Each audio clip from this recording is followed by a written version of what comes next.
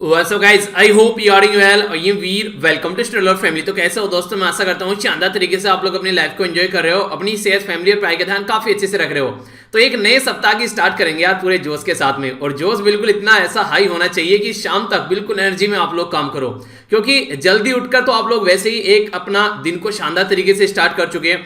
अब आने वाला जो टाइम है पूरे दिन का, उसमें कितनी एनर्जी रख पाते हो वो डिसाइड करेगा कि मॉर्निंग में कितने अच्छे से आप लोग चीजों को स्टार्ट करते हो। तो वही है कि पूरा जोश में चीजों को स्टार्ट करो ताकि शाम तक जो है काम के होश उड़े रहे। देखो कितनी प्यारी बात बोली गई यार, उस लम्हे को बुरा मत कहो जो आपको ठोकर पहुंचाता है, बल्कि उस लम्हे की कदर करो क्योंकि वो आपको जीने का अंदाज सिखाता है। जिंदगी में अगर कोई लम्हा आप लोगों को ऐसा लग रहा है जिससे आप लोगों की लाइफ में कुछ ऐसी चीजें आ गई जिससे आप लोगों को लग रहा है कि दिक्कत आ गई है, और आप लोग कुछ ऐसे शब्द बोलने जा रहे हो कि हे भगवान, हे अल्लाह, हे गॉड, मेरे साथ ही क्यों हो रहा है, तो वो शब्द वहां पर ये न बोल के ये बोलो कि अब कुछ चेंज होने वाला है मेरे अंदर, अब कुछ अच्छा अपग्रेडेशन होने वाला है मेरे अंदर। जैसे नहीं आईफोन का नया अपग्रेडेड वर्जन आ गया, तो कुछ ऐसा अपग्रेडेशन मेरे अंदर होने वाला है। ये चीज अगर आप लोगों ने बोलना एक अलग बात है, अगर रियलिटी में फील करना भी स्टार्ट कर दी ना, तो जिंदगी में आप लोगों को असलियत में जो ये इस तरीके की हर्डल आते हैं, जिनको दिक्कतें आप लोग बोलते हैं, इनकी अहमियत आप लोगों को समझ में आएगी। हर एक इंसान की किस्मत में नहीं होते हैं इस तरीके की दिक्कतें या इस तरीके के जो आप लोगों को लाइफ में हर्डल आते हैं, दिक्कतें आती हैं, ये सबकी जिंदगी में नहीं होते हैं। तो अपने आप को खुशनसीब समझो, क्योंकि जो भी इसमें भी आप लोग विश्वास रखते हैं उसने आप लोगों को मौका दिया है कि आप लोग औरों से ज्यादा अपने आप को अपग्रेड कर सकते हैं। तो इसलिए जिंदगी में अगर कभी भी इस तरीके कोई दिक्कत है तो उसको सॉल्यूशन के पॉइंट ऑफ व्यू से आप लोगों को देखना है कि क्या इसका सॉल्यूशन हम लोग निकाल सकते हैं। जिस दिन आप लोगों ने हर एक जो दिक्कत आप लोगों को लग रही है उसका सॉल्यूशन ओरिएंटेड माइंड रखना स्टार्ट कर दिया कि नहीं यार, देखते हैं आखिर इसका सॉल्यूशन क्या निकलेगा, यार ये प्रॉब्लम तो आ गई है, देखते हैं इसका आखिर क्या सॉल्यूशन निकलने वाला है। इस तरीके से अगर आप लोगों ने प्रॉब्लम के सर पे चढ़ना स्टार्ट कर दिया, प्रॉब्लम आप लोगों के अंगूठे के एक बार नीचे आ गई, तो कभी भी आप लोगों को टेंशन नहीं देगी, क्योंकि आप लोगों ने प्रॉब्लम को देखने का नजरिया चेंज कर दिया। बस एक बार प्रॉब्लम का देखने का नजरिया चेंज हो गया, फिर देखो जिंदगी जीने में जो मजा आएगा वो आप लोगों को हर एक दिन आप लोग ये कोशिश करोगे कि यार आज फिर कुछ नया सीखने को मिले। ठीक है, तो प्रॉब्लम भी एक तरीके से नया सीखने का तरीका ही तो है चीजों का, अगर आप लोग ढंग से उसको देखेंगे। बस वो ये, कोई इंसान बोलते हैं कि यार मेरी जिंदगी में दिक्कतें आ गई है, कोई बोल रहा है कि यार आज तो कुछ नया सीखने को मिलेगा। अब दोनों में डिफरेंस समझ के देखो, आप लोगों को अपने आप समझ में आ जाएगा कि क्या सही है और क्या गलत है। तो ये है वो दो वीडियो जो पूरे करंट अफेयर को आप लोगों की मुट्ठी में कैद कर देगी, पर कंडीशन ये है, आप लोगों ने सुना क्यों होगा कि बाइक के साथ में हेलमेट फ्री, नहीं हेलमेट के साथ में बाइक फ्री पर लेकिन जो हेलमेट की कीमत है वो है 1,00,000 रुपए। ठीक है, तो इस तरीके की कंडीशन है। तो कंडीशन यहाँ पर एक छोटी सी कंडीशन है कि आप लोग जिस तरीके से मैं चीजों को पढ़ाता हूँ, थोड़ा सा अपना भी एफर्ट डाल के उसका रिविजन कर लिया कीजिए। थोड़ा सा आप लोग जो भी चीजें मैं आप लोगों को पढ़ाता हूं, अगर कहीं पर कोई डाउट रहता है तो कमेंट बॉक्स में पूछो, या फिर थोड़ा सा खुद से उसको सर्च कर लो। अगर डाउट न रख के हुए आप लोग माइंड में आगे बढ़ोगे, यानी कि डाउट नहीं होना चाहिए माइंड में, उस तरीके से आगे बढ़ोगे तो जिंदगी आप लोगों को आसान लगने लगेगी। अगर डाउट छोड़ के आगे बढ़ोगे तो जिंदगी आप लोगों को टफ लगने लगेगी। तो जहां भी जो डाउट आता है रुको, उसका सोल्यूशन निकालो, तो आगे बढ़ो, तो ही आप लोग लाइफ में अच्छे से चीजों को एंजॉय कर पाओगे। तो काफी शानदार, काफी प्यारा आज का ये डिस्कशन रहने वाला है। सबसे पहले आप लोग के सामने कुछ क्वेश्चन आएंगे जो कि आप लोग को अटेम्प्ट करने हैं, और हाँ, आप लोगों की दुआ से, आप लोगों की जो नहीं कहते वो क्या कहते हैं, दुआ ही बोलेंगे बेसिकली, तो कि आप लोगों की दुआ से जो हार्ड डिस्क वगैरह है वो मैंने पूरी चेंज कर दी है। और अब की बार जो हार्ड डिस्क है वो भी एक लेटेस्ट हार्ड डिस्क डलाई है इसमें, जो कि नॉर्मल जो होती थी, ऑर्डिनरी जो पुराने लैपटॉप के साथ में आती थी, उससे अपग्रेडेड वर्जन है ये। तो इसमें आसानी से अब चीजें अच्छे लेवल पे हो पा रही हैं, और बिल्कुल स्टार्ट भी जैसे नहीं, पहले नॉर्मल स्टार्ट होने में 2 से 2.5 मिनट ले लेता था, 30 सेकंड में स्टार्ट होता है भाई साहब तो वो अच्छा लगा मुझे काफी। जितनी लेटेस्ट चीजें आती है ना उतना ही ज्यादा अच्छी चीजें होती हैं। और लाइफ में देखो अगर प्रॉब्लम आ गई, अब प्रॉब्लम आई, देखो यहाँ पे भी एक उदाहरण आप लोग ले लो, कितना प्यारा हो गया। अब लाइफ में प्रॉब्लम आई, लैपटॉप की हार्ड डिस्क क्रैश होने वाली थी, तो मैंने उसको ठीक कराया। ठीक कराने के बाद में पहले से ज्यादा अपग्रेडेड लैपटॉप हो गया। ठीक है, अब और ज्यादा लंबे समय तक ये चलेगा तो पहले 2-4 घंटे बंद हो जाता था, अब और ज्यादा लंबे समय तक कंटिन्यूअस चलेगा। तो दिक्कतों को यार दिक्कत की तरीके से मत देखो, ये देखो कुछ नया होने वाला है चेंज। ठीक है, तो मुझे पता था, मैं वेट कर रहा था कि मुझे थोड़ा सा टाइम मिले, तो इसीलिए आप लोगों की जो रिविजन की वीडियो थी वो अब की बार सेकंड पार्ट आया, मतलब कि पूरी वीडियो नहीं आई।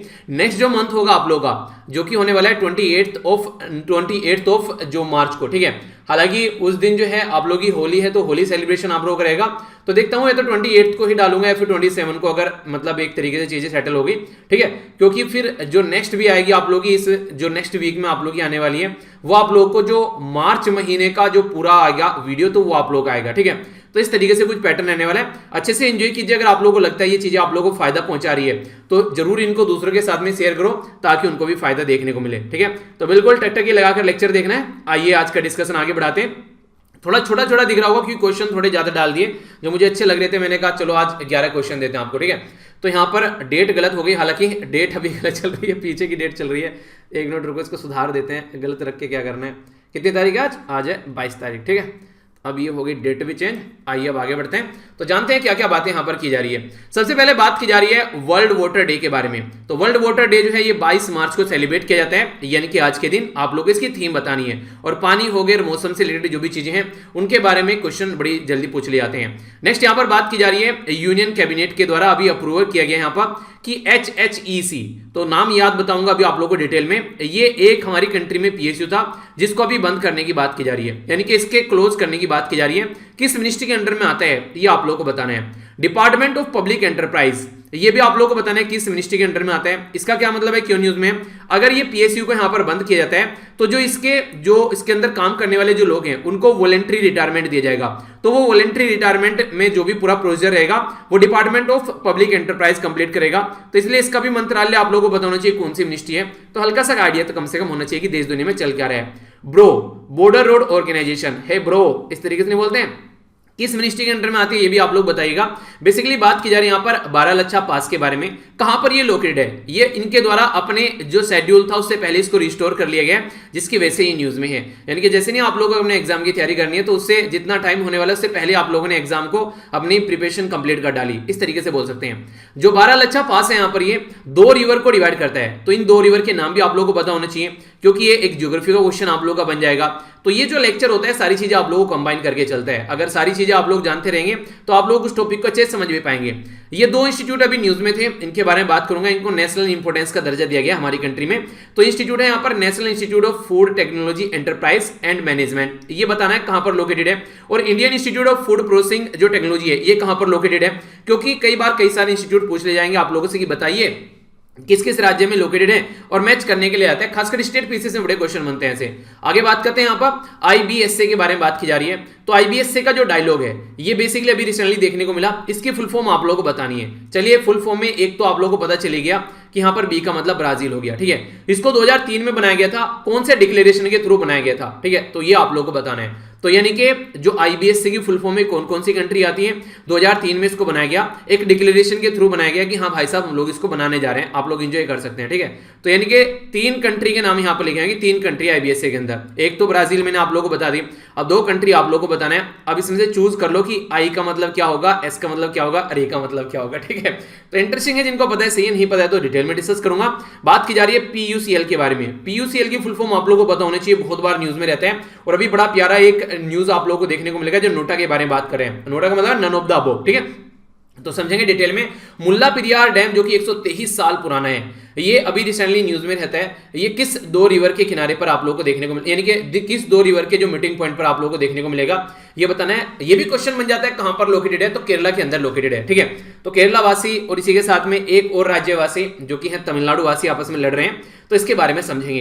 केरला हाईकोर्ट के द्वारा ऑर्डर दिया गया यहाँ पर सेंट्रल गवर्नमेंट को कि वो अमेंड करे जो नेशनल कैडेट कॉर्प्स होते हैं, नेशनल कैडेट कॉर्प्स यानी कि NCC। अच्छा, हमारे फैमिली मेंबर जो यहाँ पर वीडियो देख रहे हैं कितने ऐसे हैं जिनके पास में कभी NCC रही है, तो यहाँ पर इसका एक्ट आप लोगों को पता होना चाहिए।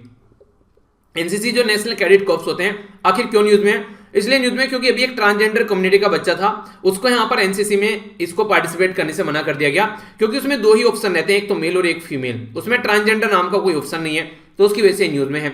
तो पूरा इशू समझेंगे, आप लोगों से क्वेश्चन पूछे जा सकते हैं इंटरव्यू के अंदर भी, ठीक है। बात करते हैं यहाँ पर स्टैच्यू ऑफ यूनिटी के बारे में, इनॉग्रेट की गई 31 अक्टूबर 2018 में। ये इंटरेस्टिंग क्वेश्चन लगा मुझे। यहां पर आप लोगों को ये बताना है कि उस टाइम पर सरदार वल्लभ भाई पटेल जी की कौन सी बर्थ एनिवर्सरी थी जिस पर यहां पर ये इसको बेसिकली इनॉग्रेट किया गया, ठीक है। तो मुझे बड़ा मजा आया यार, देखो PPT बनाने में, तो अब मैं इतना ही मजा लूंगा पढ़ाने में, तो अच्छे से एंजॉय करेंगे पूरे लेक्चर को। तो लेक्चर थोड़ा बड़ा हो जाए तो थोड़ा कोऑपरेट करना, क्योंकि इंटरेस्टिंग वे में काफी सारी चीजें आप लोगों को जानने को मिलने वाली है। कुछ एक्स्ट्रा चीजें फैक्ट्स और कुछ फैक्ट्स एंड फिगर भी आप लोगों को बताता हुआ चलूंगा ताकि आप लोग अंडरस्टैंड कर सकें अच्छे से, ठीक है। बात करते हैं यहाँ पर वर्ल्ड वाटर डे के बारे में। जल ही जीवन है, ये तो आप लोगों ने सुना ही होगा, मछली जल की रानी है, जीवन उसका पानी है। बात की जा रही है 22 मार्च को सेलिब्रेट किया जाता है, और सबसे इंपॉर्टेंट जो बात है वो ये है कि ये क्या बेसिकली इंपॉर्टेंस है फ्रेश वाटर की। आप लोगों ने एक बात सुनी होगी, एक मैंने छोटा सा आर्टिकल भी शेयर किया था, एक बार आप लोगों को दिखा देता हूं। टाइम मिलेगा तो थोड़ा सा इसके बारे में आप लोग पढ़ लेना। ये टेलीग्राम पर मैंने डाली थी, पूरी पिक्चर है यहाँ पर। ये बेसिकली इसमें समझाया गया कि पानी जो है वो हर जगह देखने को मिलता है, वाटर वाटर एवरीवेयर, पर पीने के लिए एक बूंद भी नहीं है। क्योंकि आज के दिन में अगर ओशन के अंदर पानी की बात करें आप लोग, वो सारा खारा पानी है। अगर पृथ्वी पर कोई आप लोगों से पूछे कि फ्रेश वाटर कितना है, तो पृथ्वी पर लगभग आप लोगों को 3% के करीब फ्रेश वाटर देखने को मिलेगा, जो कि पीने योग्य पानी आप लोग बोल सकते हैं। उसमें से 2-2.5% वाटर है वो हम लोगों की रीच में नहीं है, यानी कि एक तरीके से ग्लेशियर में है, पोलर आइस कैप में, यानी कि जो बर्फ जमे पड़े हैं, ठीक है। कुछ पानी जो है जो जमीन के बहुत ज्यादा गहराई में है। तो टोटल जो अफोर्डेबल पानी है हमारे पास में वो 0.5% है पूरा अर्थ का जो अवेलेबल फ्रेश वाटर है। अगर आप लोग बोलेंगे सर इतनी बड़ी बड़ी लेक हैं, इतनी बड़ी बड़ी झील वगैरह ये सारी चीजें हैं, तो वो 0.009% है पूरी पृथ्वी का। इससे आप लोग एक अंदाजा लगा सकते हैं कि पानी कहां कहां पर कितना कैसा कैसा पानी है। तो एक तरीके से बहुत कम पानी ऐसा है जो फ्रेश वाटर है, बाकी का ओशन के अंदर सारा खारा पानी आप लोग देखते हैं। जो रिवर है उसमें काफी कम पानी है, ठीक है। इसी के साथ में एटमॉस्फेयर में जो आप लोगों को देखने को मिलेगा, नेक्स्ट यहाँ पर सोयल की मॉइस्चर की फॉर्म में जो देखने को मिलेगा, लेक वगैरह में जो है, ये सारा फ्रेश वाटर की बात की जा रही है, जो टोटल फ्रेश वाटर है, ठीक है। तो इसलिए पानी की इज्जत करना सीखना चाहिए हर एक इंसान को, और ये तो बच्चों को स्टार्टिंग में सिखाना चाहिए। और जब बात करते हैं सस्टेनेबल डेवलपमेंट गोल, तो सस्टेनेबल डेवलपमेंट गोल छठा है यहाँ पर, जो कि इस चीज के बारे में बात करते हैं। और वो क्या है, वो बात करता है यहाँ पर affordable and the clean energy के बारे में, ठीक है। तो ये तो हो गया यहाँ पर किसके बारे में, ये तो हो गया एनर्जी के बारे में, सॉरी सातवां हो गया, ये क्लीन वाटर छठा था ना ये तो यहाँ पर है क्लीन वाटर एंड सैनिटेशन के बारे में, ठीक है। तो यहां पर क्लीन एनर्जी के बारे में, और यहां पर बात करें क्लीन वाटर एंड सैनिटेशन के बारे में। तो जो पानी है वो छठा गोल है हमारी, अगर आप लोग सस्टेनेबल डेवलपमेंट गोल में जाएंगे। टोटल मिलाकर 17 सस्टेनेबल डेवलपमेंट गोल। इससे पहले क्या थे, उनको बोलते थे मिलेनियम डेवलपमेंट गोल, अब है सस्टेनेबल डेवलपमेंट गोल। तो छठा गोल यहां पर क्लीन वाटर के बारे में बात करते हैं। तो यहां पर जो थीम भी रखी गई है वो यही है कि वैल्यूइंग द वाटर, यानी कि पानी की इंपॉर्टेंस समझनी चाहिए हम लोग को। वरना ये लगता है कि चीजें फ्री में हैं, पर लेकिन आगे चलकर जब हम लोग उनको डिस्ट्रॉय करना स्टार्ट कर देते हैं तो वो चीजें हमको बहुत ज्यादा महंगी पड़ जाती हैं। आज के में हवा देखो, हवा को हम लोगों ने सोचा यार फ्री में है, आज के में उसी हवा के जो अगर अवेलेबिलिटी की बात करें तो ऑक्सीजन के सिलेंडर देखो कितनी मारा मारी रही कोविड-19 के टाइम पर। तो ये चीजें हम लोग को अंडरस्टैंड करनी पड़ेंगी। तो उसी के बारे में पूरा इशू है, समझ सकते हैं। थीम काफी इंपॉर्टेंट है, उसके बारे में आइडिया रखिएगा। जितना पॉल्यूशन कंट्री में देखने को मिल रहा है उसके चलते ये बातें आप लोगों से पूछी जा सकती है। आइए 4 छोटी छोटी न्यूज है, इनके बारे में एक बार जल्दी जल्दी नजर डाल लेते हैं। सबसे पहले यूनियन कैबिनेट के द्वारा अप्रूवल दिया गया यहाँ पर हैंडीक्राफ्ट एंड हैंडलूम जो export corporation of India limited था, जिसको HHCE बोला, ठीक है। इसको बोला गया कि इसको बंद कर देते हैं यार, और इसको जो बंद किया जाएगा, जो भी इसके अंदर काम करने वाले लोग हैं उनको वॉलेंट्री रिटायरमेंट दे देते हैं। इसको बोलते हैं वॉलेंट्री रिटायरमेंट स्कीम, जिसको VRS के नाम से जानते हैं। मेरा एक फ्रेंड है जो कि BSNL में काम करता है, तो उस टाइम पर जब चल रहा था कि BSNL को बंद कर दिया जाए, क्या किया जाए, तो उससे मैंने डिस्कशन किया था। उसने बताई थी ये सारी चीजें कि यार इस तरीके से कंडीशन हो सकती है साथ में।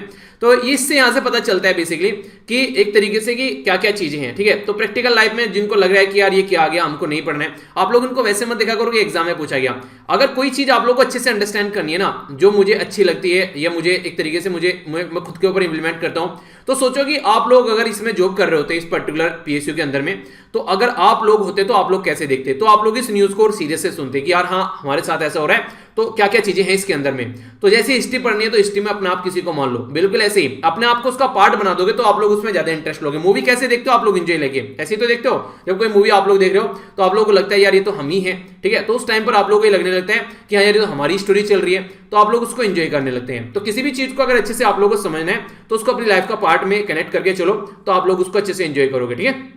तो यहां पर जो बात की जा रही है, ये जो पर्टिकुलर यहां पर इसको जो एडमिनिस्ट्रेट कर रहा था, ये किसके कंट्रोल में था, ये था यहां पर मिनिस्ट्री ऑफ टेक्सटाइल के अंडर में। क्योंकि कपड़े वपड़े के बारे में बात की जा रही है तो सीधी सीधी बात है तो टेक्सटाइल के अंडर में होगी। इसी के साथ में ये बोला जा रहा है कि ये आज के डेट में इतने लॉस में चल रहा है कि लोगों की सैलरी तो देना, मतलब खुद का प्रॉफिट लाना तो दूसरी दूर की बात है, इवन जो इनकम है वो तो दूर की बात है, पर सैलरी भी यहां पर ढंग से नहीं पे कर पा रहे थे। इस तरह की कंडीशन बनी हुई थी। तो सैलरी और जो भी यहां पर उसकी वजह का और बर्डन बन रहा था, तो इसके चलते वो नहीं कहते कि एक जो भी ऐसा कोई PSU है जिससे बहुत ज्यादा नुकसान झेल रहे हैं तो उसको आप लोग भेज दो, तो वो ज्यादा बेटर तरीका रहता है। वरना आप लोगों को फिर दिक्कत देखने को मिलेगी, क्योंकि उससे नुकसान कब तक झेल पाएंगे, ठीक है। तो उसी के तरीके की बात की जा रही है। अब यहां पर उसके चलते जो डिपार्टमेंट ऑफ एंटरप्राइज है, ठीक है, जो मैंने आप लोगों को यहां पर बताया, तो डिपार्टमेंट ऑफ पब्लिक एंटरप्राइज जो है उसके द्वारा प्रॉमिस किया गया उसके लिए नॉर्म्स तैयार करने के लिए, जिसको बोलते हैं VRS, यानी कि वॉलंटरी रिटायरमेंट स्कीम। तो जो इसकी मिनिस्ट्री है वो है ministry of heavy industry and public enterprise, यानी कि उसमें मिनिस्ट्री में भी आप लोगों को देखने को मिलेगा पब्लिक एंटरप्राइज, जिसके अंडर में ये आता है। तो ये मिलकर काम करने वाले हैं। तो ऐसे क्वेश्चन आप लोगों से बन जाएंगे, 2-3 स्टेटमेंट दे देंगे कि कौन यहां पर इसको देखेगा, क्या रीजन है इसको बंद करने का, तो आप लोगों को पता रहेगा, तो आप लोग कंफ्यूजन में नहीं आओगे। ठीक है, आगे चलते हैं। नेक्स्ट इंपॉर्टेंट और इंटरेस्टिंग न्यूज है, यहां पर बात की जा रही है बॉर्डर रोड ऑर्गेनाइजेशन के बारे में। शॉर्ट फॉर्म में आप लोग ब्रो बोलते हैं इसको। ठीक है, तो ब्रो जो है उसके द्वारा अभी काफी क्रूशियल, जिसका नाम है बारालाचा पास, हिमाचल प्रदेश के अंदर है ये। तो डायरेक्ट क्वेश्चन बन जाते हैं, कई सारे पास दे देंगे, बोलेंगे किस किस राज्य में है, तो हिमाचल प्रदेश के अंदर है। तो रिस्टोर करने की बात की जा रही है, कहां पर ये कनेक्टिविटी बनाता है, लेह लद्दाख वाले रीजन में ये कनेक्टिविटी बनाता है। बारालाचा जो पास है यहां पर, ये इसको बारालाचा बेसिकली पास भी बोला जाता है और इसको बारालाचा पास भी बोलते हैं। ये बेसिकली कहां पर देखने को मिलता है, हाई माउंटेन मतलब हाई का जो ओ था वो यहां बोल रहा है, यहां पर नहीं बोल रहा था। ठीक है, हाई माउंटेन जो पास है यहां पर जस्कर रेंज के अंदर में, तो उसके अंदर यहां पर ये कनेक्टिंग करता है 2 रिवर, एक तो है भागा रिवर और दूसरा यहां पर ये है यूनाम रिवर। ठीक है, तो भागा और यूनाम रिवर को कनेक्ट करने का पास काम करता है यहां पर, जो कि लेह और मनाली वाले जो हाईवे पर आप लोगों को देखने को मिलेगा, लद्दाख वाले रीजन में, लाहौल स्पीति, जो बेसिकली यहां पर ये बेसिकली बोला है कनेक्ट किस किस को कर रहा है, तो जस्कर रेंज यहां पर जो लाहौल स्पीति जो बेसिकली जो डिस्ट्रिक्ट है हिमाचल प्रदेश का लाहौल वाला, उसको लेह यानी कि लद्दाख वाले रीजन के साथ में कनेक्ट कर रहे हैं। और ये किस वाटर जो डिवाइड किया जाता है, तो ये यहां पर भागरा रिवर, जो भागा रिवर और युआन रिवर। ठीक है, तो इंपॉर्टेंट जियोग्राफिकल क्वेश्चन आप लोगों से बन जाएंगे। जो ये भागा रिवर है ट्रिब्यूटरी है चेनाब की, चेनाब रिवर जो है ना उसके ट्रिब्यूटरी है यहां पर ये, और इसी के साथ में सूर्यताल लेक से यहां पर ये ओरिजिनेट होती है। ठीक है, ये यहां पर फ्यू किलोमीटर है मनाली से। तो ये कुछ बेसिक इंफॉर्मेशन है। कौन है जो इस पर्टिकुलर एरिया में रहता है, बताओ यार, थोड़ा सा हम लोगों को भी, हम भी जाने इसके बारे में और क्या क्या है। तो ये हमने दोनों जो थी इन्फॉर्मेशन इनके बारे में जान ली। आइए आगे चलते हैं। नेक्स्ट ये भी काफी प्यारी न्यूज है, राज्यसभा में एक बिल लाया गया जिसको बोलते हैं national institute of food technology enterprise and management bill. ठीक है, तो बेसिकली ये क्या है, एक तरीके से पूरा एक इंस्टीट्यूट है, national institute of food technology and enterprise and management. ठीक है, तो ये पूरा नाम है इस इंस्टीट्यूट का, इस नाम के सामने आगे क्या लगा दिया, बिल लगा दिया बस। ठीक है, तो ये आप लोग का बिल का नाम हो गया, तो कंफ्यूज मत होना। इसमें डिक्लेयर ये किया गया है बेसिकली कि इसको नेशनल इंपोर्टेंस का दर्जा दिया जाएगा। नेशनल इंपोर्टेंस का दर्जा देने का क्या फायदा होता है, उससे होता है यार इनको ना थोड़ी सी ऑटोनॉमी दी जाती है। जैसे आप लोग की 12वीं कंप्लीट हो गई, तो आप लोग ग्रेजुएशन में पहुंच गए, तो घर वाले बोलते हैं कि लड़का जवान हो गया है या बेटी जवान हो गई, अब थोड़ा सा अपना आप भी कर लेने दो, उनको डिसीजन लेने दो, तो वही बातें बोली जा रही है। ठीक है, तो ये जो इंस्टीट्यूट है इनको इसलिए नेशनल इंपोर्टेंस का दर्जा देता है ताकि ऑटोनॉमी दी जाए थोड़ी सी, और उनको अच्छा खासा पैसा दिया जाए ताकि अपने हिसाब से काम करे वो, अब वो अच्छे डिसीजन ले सकते हैं अपने आप। ठीक है, अब उनको एक तरीके से निगरानी में रखने की जरूरत नहीं है। नेशनल जो institute of food technology enterprise management है, ये यहाँ पर ये कुंडली हरियाणा के अंदर में, और इसी के साथ में एक और इंस्टीट्यूट है जिसका नाम है Indian institute of food processing and technology, ये तंजावुर तमिलनाडु के अंदर में। तो 2 इंस्टीट्यूट है, जैसे सीरम इंस्टीट्यूट ऑफ इंडिया कहां पर लोकेटेड है, बताइए जरा इसके बारे में, बहुत ज्यादा न्यूज में। तो इनको नेशनल इंपोर्टेंस का दर्जा दिया जा रहा है, मैच करने के लिए डायरेक्ट क्वेश्चन पूछ ले जाते हैं। नेक्स्ट यहां पर ये भी काफी प्यारी न्यूज है यार, बात की जा रही है इंडियन बस्टर्ड के बारे में। ये एक ऐसा पक्षी है जिसको आप लोग देख सकते हैं यहां पर, इसको बोलते हैं इंडियन बस्टर्ड। और सबसे इंटरेस्टिंग बात पता है क्या, इंडिया और पाकिस्तान के जो रीजन में ये पाया जाता है, यानी कि इंडिया और पाकिस्तान मिलकर काम कर सकते हैं इस पर्टिकुलर रीजन में इसको बचाने के लिए। क्रिटिकली इंडेंजर्ड कैटेगरी में इसको रखा गया है वैसे तो, पर लेकिन ये काफी इंपॉर्टेंट है, खासकर अगर हमारी कंट्री में पड़ोसी जो बेसिकली हमारा राज्य है, जो हमारी पड़ोसी देश है, और हमारी कंट्री के लिए काफी ज्यादा ये क्रिटिकली जो कंडीशन में रहता है, इनकी जान कई तरीके से जाती है। तो हमारी कंट्री में जो आज के में सुप्रीम कोर्ट के चीफ जस्टिस ऑफ इंडिया कौन है, वो है S.A. बोबडे साहब। ठीक है, तो S.A. बोबडे साहब के द्वारा यहाँ पर भी एक संज्ञान लिया गया, उसमें ये बोला गया देखो यार, पक्षी तो आप लोगों को आगे बोलेंगे नहीं कि भाई साहब ये जो नंगे तार आप लोगों ने लटका रखे हैं इनमें हमारी जान जा रही है, तो मैं आप लोगों को बोलता हूं पक्षियों के बिहाफ में कि आप लोग ये जो नंगे तार हैं इनको ढको, या फिर कोई ऐसा इंस्ट्रूमेंट इन पर लगाओ ताकि जो पक्षी हैं वो यहां पर न मरे, क्योंकि इसकी वजह से बहुत सारे पक्षी की जान जा रही है। ये माना जा रहा है कि लगभग 15 से जो 20% इनकी जो पॉपुलेशन है वो ओनली इन जो नंगे तार जो रहते हैं बिजली के, उनमें इनकी वजह से यहां पर अटकने से लटकने से इनकी जान चली जाती है, क्योंकि इनका साइज जो है वो बहुत ज्यादा है। तो ह्यूज साइज आप लोगों को इनका देखने को मिलेगा, जिसकी वजह से इनकी जान जाती है, तो उसी को रोकने की बात की जा रही है। और राजस्थान की स्टेट बर्ड भी है ये, आप लोगों को बता दूं। ठीक है, जो राजस्थान वासी हैं उनके लिए इंपॉर्टेंट क्वेश्चन बन जाता है, हालांकि पता ही होगा मैक्सिमम जो राजस्थान में है। अच्छा, आप जिस भी राज्य से बिलोंग करते हैं, अपने राज्य का नाम और अपने राज्य की जो भी स्टेट से रिलेटेड कोई ऐसी बर्ड वगैरह है उसका नाम लिखिए जरा, देखता हूं किस किस को याद है। कहीं पर देख के नहीं लिखना है, जिसको पता भी नहीं है एक बार ट्राई करके देखो, क्योंकि अगर मान लो आप लोगों ने कमेंट बॉक्स में गलत लिख दिया तो फिर आप लोग जब जाकर उसको चेक करोगे तो कभी आप लोग भूलोगे नहीं उसको एग्जाम में। अगर गलती होती है तो उससे डरो मत, बस हाँ ये है उसको रिपीट मत करो, ठीक है। तो ये चीजें आप लोग ध्यान में रखो हमेशा। तो ऑल्टरनेटिव मैकेनिज्म के बारे में यहाँ पर बात की जा रही है ताकि जो बर्ड है उनको डाइवर्ट किया जा सके। तो उसके चलते या तो आप लोग इस तरीके से कुछ लपेटो तारों के ऊपर, ठीक है, कुछ ऐसा लगाओ यहाँ पर जिससे सेंसर लगो, वहां पर जाते ही वो कुछ आवाज करना स्टार्ट कर दे, मतलब कुछ भी ऐसा करना है जिससे कि ये है बेचारे यहाँ पर इनकी जान न जाए। जैसे यहाँ पर देखिए बोला गया कि क्या आप लोग जानते हैं यहाँ पर कि did you know that we are the state bird, कहां की स्टेट बर्ड है, तो राजस्थान की स्टेट बर्ड है, ठीक है। तो यहाँ पर और use the state of neglect, यानी कि एक तरीके से उनकी नेग्लेंसी की वजह से हमारी जान जा रही है, तो आपस में बात कर रहे हैं। ये देखिए यहाँ पर ये मरा हुआ दिखाया जा रहा है, ठीक है। तो एक तरीके से हाई टेंशन जो केबल है यहाँ पर, ये हाई टेंशन ये दे रहे हैं जो इनकी जिंदगी में, ना कि गवर्नमेंट की जिंदगी में। तो इस तरीके से बातें कर रहे हैं, कार्टून की फॉर्म में दिखाया गया, पर लेकिन काफी अच्छा मैसेज यहाँ पर दे रहा है, ऐसा आप लोग बोल सकते हैं, ठीक है। आगे बढ़ता हूं, आगे बढ़ते हैं। यहाँ पर इंटरनेशनल न्यूज है और बड़ी ही प्यारी न्यूज है, काफी कुछ आप लोगों को जानने को मिलेगा। बात की जा रही है यहाँ पर आईबीएसए के बारे में। तो सबसे पहले तो आईबीएसए की फुल फॉर्म क्या होती है आप लोग ये बताइए। आईबीएसए तो यहाँ पर 3 कंट्री मैंने आप लोगों को बता दी थी, एक है इंडिया, दूसरा है ब्राजील और तीसरा है साउथ अफ्रीका। कौन कौन सी है? ये होगी अपनी प्यारी कंट्री इंडिया, और ये होगी यहाँ पर ब्राजील देखने को मिलेगा, थोड़ा सा जूम कर लेते हैं इसको, अब छुपा हुआ है, ये हो गया ब्राजील, ठीक है। यहाँ पर आप लोगों को दिख रहा होगा एग्जैक्ट ब्राजील, और यहाँ पर अगर आप लोग आएंगे तो ये हो गया यहाँ पर साउथ अफ्रीका, ठीक है। तो ये टोटल 3 कंट्री है जिनके बारे में हम लोगों ने डिस्कस किया। तो डायरेक्ट क्वेश्चन आप लोगों से पूछ ले जाते हैं मैप बेस्ड भी। तो ये 3 कंट्री मिलकर काम करती है, और इंटरेस्टिंग बात अगर आप लोग देखें, अगर ब्रिक के बारे में आप लोग बात करेंगे तो ब्रिक ब्राजील, रसिया, चाइना, इंडिया, साउथ अफ्रीका, ठीक है। तो BRICS, तो आई है इनके इंडिया बीचों बीच में। तो यहाँ पर ब्रिक का ही पार्ट है, यहाँ पर ये ब्रिक का एक छोटा सा ग्रुप आप लोग बोल सकते हो, जिसको IBSA के नाम से हम लोग जानते हैं, ठीक है। तो ये जो IBSA है यहाँ पर, जिसको आप लोग बोलते हैं बेसिकली ब्राजील, इंडिया और साउथ अफ्रीका, ठीक है। तो इनके द्वारा अभी 6th यहाँ पर इनकी एक वुमेन फोरम की मीटिंग देखने को मिली, जिसमें इनके द्वारा कुछ बातें डिस्कस की गई हैं, ठीक है। तो उसी की वजह से यहाँ पर ये न्यूज में आ गया है, तो इसके बारे में समझ लेते हैं। आज के डेट में सबसे इंपॉर्टेंट बात तो ये, इसकी जो चेयरपर्सन है वो है इंडिया, इनकी हमारी कंट्री, जिसके अंडर ये चेयरपर्सन है। और आईबीएसए का जो डायलॉग है यहाँ पर, ये ट्राईपार्टाई, यानी कि 3 पार्टी का, यानी कि 3 लोग मिलकर काम कर रहे हैं, और तीनों का नाम मैंने आप लोगों को बता दिया, ब्राजील, ब्राजील, इंडिया और साउथ अफ्रीका, ठीक है। ये यहां पर प्रमोट करते हैं कैसे कोऑपरेट किया जा सकता है। कोऑपरेट की जो कोऑपरेशन की फॉर्म में अगर बात करें तो इनका कोई ऐसा, देखिए बेसिकली इनका फॉर्मल अगर आप देखिए जो ग्रुप है ये फॉर्मलाइज एंड द नेम इसका आईबीएसए है, पर लेकिन आप लोगों को कोई ऐसा नहीं देखने को मिलेगा इसका कोई हेडक्वार्टर है परमानेंट या कोई सेक्रेटरीट है, ठीक, ऐसा कुछ नहीं है अभी यहाँ पर इनका, अभी नॉर्मल तरीके से चीजें चल रही हैं, ठीक है। तो मतलब ये मेरे जैसे हैं, अभी कोई ऐसा नहीं है कि मेरे पास में टीम है, अपना लैपटॉप है और मैं हूं और ये हमारी पावरी हो रही है, ठीक है। तो यहाँ पर ये बेसिकली आईबीएसए जो है यहाँ पर ये डायलॉग आप लोगों को देखने को मिलेगा, जिसमें फॉरेन मिनिस्टर मिलते हैं तीनों कंट्री के और मिलकर चीजों को सुधारते हैं। इसको स्टार्ट किया गया था 6 जून 2003 में, और जब यहां पर स्टार्ट किया गया तो ब्राजील में मिले थे, तो ब्रासीलिया जो यहां पर डिक्लेरेशन के नाम से इसको जाना जाता है, ठीक है। ब्रासीलिया ब्राजील के अंदर में है।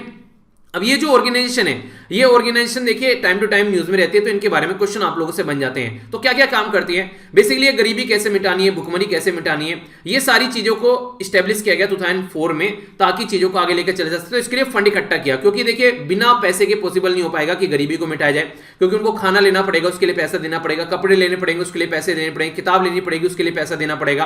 तो बेसिक रिक्वायरमेंट रहेगी, तो उसके लिए अलग से फंड बना दिया उन्होंने कि इसको पैसा देना है। अगर फंड के बारे में बात करें तो कई सारे प्रोजेक्ट भी चलते हैं यहाँ पर, जो कि डेवलपिंग कंट्रीज के अंदर ये फंड करते हैं। तो टोटल मिलाकर 31 ऐसे प्रोजेक्ट हैं और 20 पार्टनर डेवलपिंग कंट्री हैं जो मिलकर काम कर रहे हैं। देखिए आप लोग भी थोड़ा सा ऐसा काम कोई कर सकते हैं। मान लीजिए आसपास वाले एरिया में कई सारे ऐसे बच्चे हैं जिनको आप लोग देखते हैं आसपास घूम रहे हैं, तो आप लोग क्या करें, 3-4 दोस्त जो कि थोड़ा बहुत कमा रहे हैं, तो अगर महीने में आप लोग 200 300 रुपए डालकर भी अगर उन बच्चों को थोड़ा एजुकेशन प्रोवाइड करना चाहेंगे, तो आप लोग उनको बुक्स वगैरह डिस्ट्रीब्यूट कर सकते हैं, जिसमें आप लोगों के ऊपर कोई ज्यादा बर्डन नहीं पड़ेगा, ठीक है।